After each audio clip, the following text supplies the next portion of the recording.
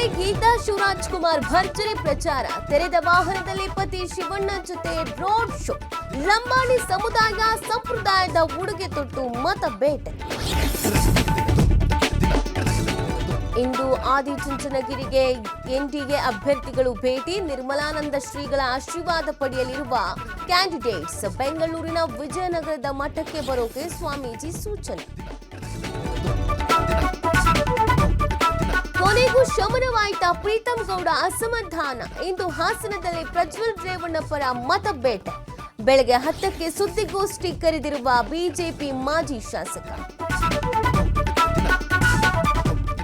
ನಾಡಿನೆಲ್ಲೆಡೆ ಇಂದು ಯುಗಾದಿ ಹೊಸತೊಡಕು ಸಂಭ್ರಮ. ಗಗನಕ್ಕೇರಿದ chicken mutton rate. ದೇವನಹಳ್ಳಿಯಲ್ಲಿ ಗುಡ್ಡೆ ಮಾಂಸಕ್ಕೆ ಮುಗಿಬಿದ್ದ ಜನ.